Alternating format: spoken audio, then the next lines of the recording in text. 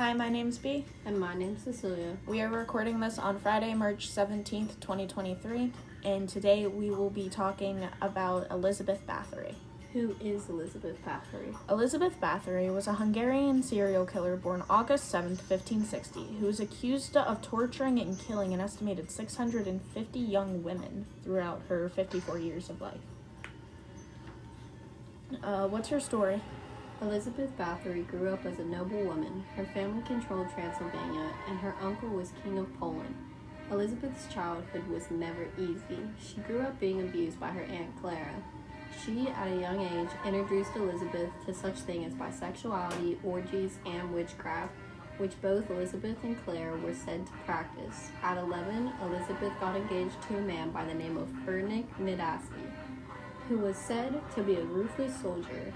As newlyweds, Elizabeth and Ferdinand moved to Ferdinand's castle in Savar, Hungary, where Ferdinand schooled Elizabeth in torture. However, that was not her first experience with things such as this. You see, Elizabeth observed scenes of horrific torture, such as a scene of a living horse getting split open from the belly, where a living criminal was stuffed inside before the horse was stitched back up, leaving both the criminal and horse to die. That's really messed up, especially to do to an innocent horse.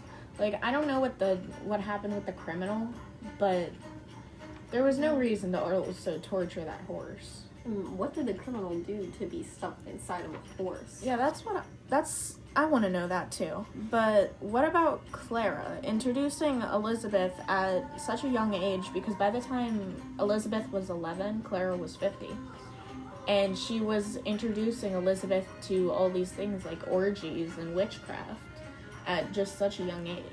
True. Maybe she wanted to do something with her life that wasn't bad because she was jealous. I mean, maybe. What did she do? While we've talked about who Elizabeth Bathory is, we haven't talked about what exactly she did. You see, Elizabeth became obsessed with the idea of torture. Over the years, she would abuse her servants. Her husband, Ferdinand, actually built her a torture chamber and gifted her a pair of clawed gloves to use on her servants. Ferdinand attempted to restrain her impulses, however, when he died, her tendencies got much worse. Elizabeth's servant accidentally pulled her hair while brushing it. This caused Elizabeth to become angry, and she grabbed the brush and struck the servant across the face with it, making blood splatter onto her hand. Elizabeth noticed how the blood made her skin look youthful, so she ordered the servant to have her throat slit and her blood drained, so Elizabeth could bathe in it, which is how her bloodlust began. After this, she began torturing her servants, killing them and bathing in their blood to stay beautiful and youthful. After her husband died, her impulses began to get worse. Elizabeth and two other servants by the name of Alana Joe and Doretta Santos began kidnapping and torturing young peasant girls between the ages of 10 and 14. Elizabeth stuck girls in spiked cages and suspended them from the ceiling and let their blood drain on them as she showered in it. She also reportedly threw girls out into the snow to freeze to death. Hot coins were put into the girls' hands, and Elizabeth would thrust pokers into the fire and burn the servants' faces with it. Other times, she tore off fingers with pincers. On one occasion, she forced a girl to cut off her own flesh, cook it, and eat it, which comes from the belief that Elizabeth committed acts of cannibalism. There is also mention of smearing honey on victims and leaving them for bees and ants. That is actually medieval torture method, the thing with the honey. Back in medieval times, they would smear criminals and other people who have committed, terrible acts. They would smear them with honey, they would have them drink milk, and then they would tie them down to boats and send them off to sea. So when the person eventually passed all of the milk and dairy and all that in their body, it would, essentially cover them while they were laying in these boats. So that plus the honey would cause a bunch of insects and other things to gather around the person and slowly eat them alive. So that is actually a medieval torture method. That's not just something that happened with Elizabeth. Wow. But what about the cannibalism thing? I don't get it. I don't either. Because Elizabeth, her whole thing was she wanted to kill people, torture them, and bathe in their blood because she believed it kept her young and beautiful. She pretty much believed that was her way to immortality, essentially. Which, that's where the belief of, like, vampires and stuff comes from. Yeah. But there was no reason for her to do that to that girl. To have her slice her own skin off and cook and consume it. I personally would have rather died in any other way than eat my own flesh. But that's just me. Was Elizabeth ever captured? Yes. On December 29th, 1610, Count Georgi Thurzo oversaw Elizabeth's case of tormenting and murdering young women.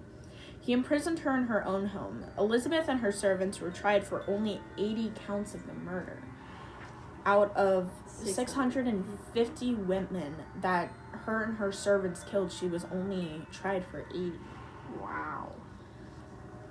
Which, maybe because she was a noble in this area, like, that's why she only got tried for some of it. But that's also why she had gotten away with the murders for so long, is because she was a noble and her family controlled a lot of Transylvania. True. But 80 out of 650 is just, it's far too little. Yeah.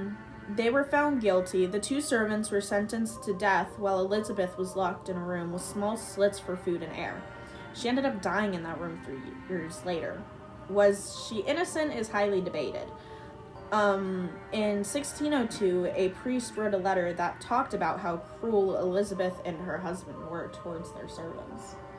A whole priest. I want to know how he found out about that. Yeah. I mean, I'm sure it wasn't exactly hidden, but someone could have walked in on her doing it. Yeah. Someone could have walked in her torture chamber her husband built for her.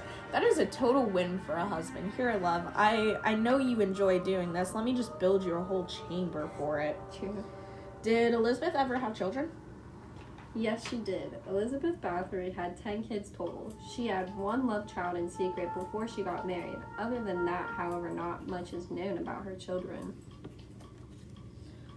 Are there any stories based on Elizabeth Bathory?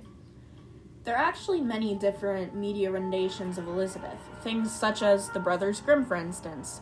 Dracula was also based off of Elizabeth, especially with the fact that he lives in Transylvania and he's like a whole vampire with blood and stuff like that.